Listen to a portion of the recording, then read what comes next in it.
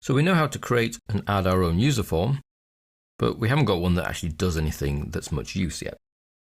Let's take the user form start file, which already has a user form started within it. If we go into Visual Basic, you'll see there's a user form here called case choice, which has a name of case choice and here a caption of choose case. And the idea behind this form is that we're going to give people the ability to choose what case to change the selected text to.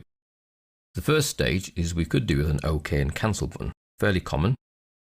Let's activate the toolbox and add two command buttons. The command button is this little option here. We come across into our user form and add one command button and then add a second command button. So you can use the grid to make sure things are the same size. Or you can select items and change their properties in here. So you can change the height, the left position. So let's take command button 1. This is going to be our OK button. So I'm going to change the name of it to CMD OK. So we're giving the object a much shorter name than command button 1. We need to change the caption. This is what appears on the button. So that's going to be OK. And then command button 2, I'm going to call CMD cancel. I'm giving it the prefix of CMD so that there isn't an existing object already in Excel that has the same name. And then its caption is going to be cancel. We can set one of them to be the default.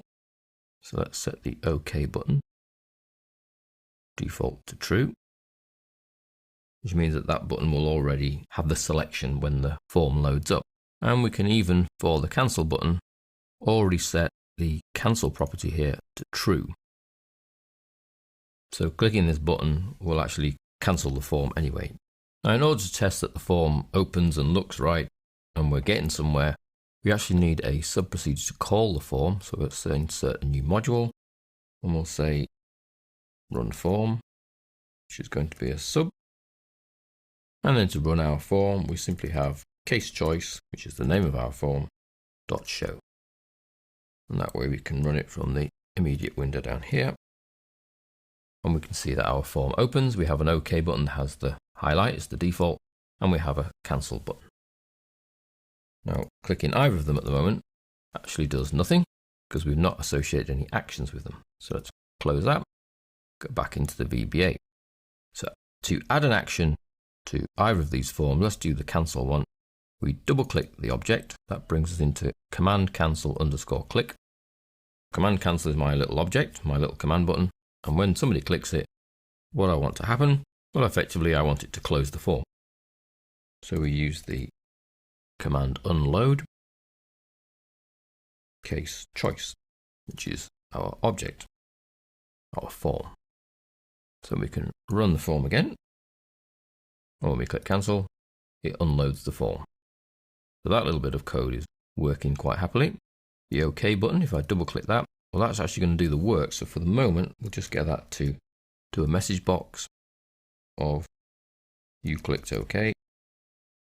And we'll ask that to close the form as well. So effectively unload it from the interface. So if we click run form, we now click OK, we get the message box, you clicked OK, but then the form is closed as well. So this is adding command buttons. This is the command button tool. You select it, draw it onto your form, then select your button and use the properties to set a sensible name for the command button, caption for the command button so that people know why they're clicking it. And you can even change the formatting down here. You can see we can change the font, typeface, the height, the left position for either of your command buttons.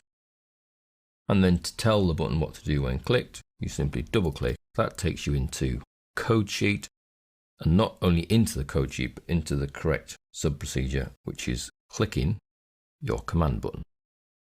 Now there are other options for your command button. You can see up here we've got command OK, and on the right we've got a drop down of options. So you could actually look to go for a double click. So they'd have to double click to trigger something. So notice the default there is click, which is why it's bold. So you can change away from the default, which is normally you expect people to click, or in a text box, it's people to update the text box or to leave the text box.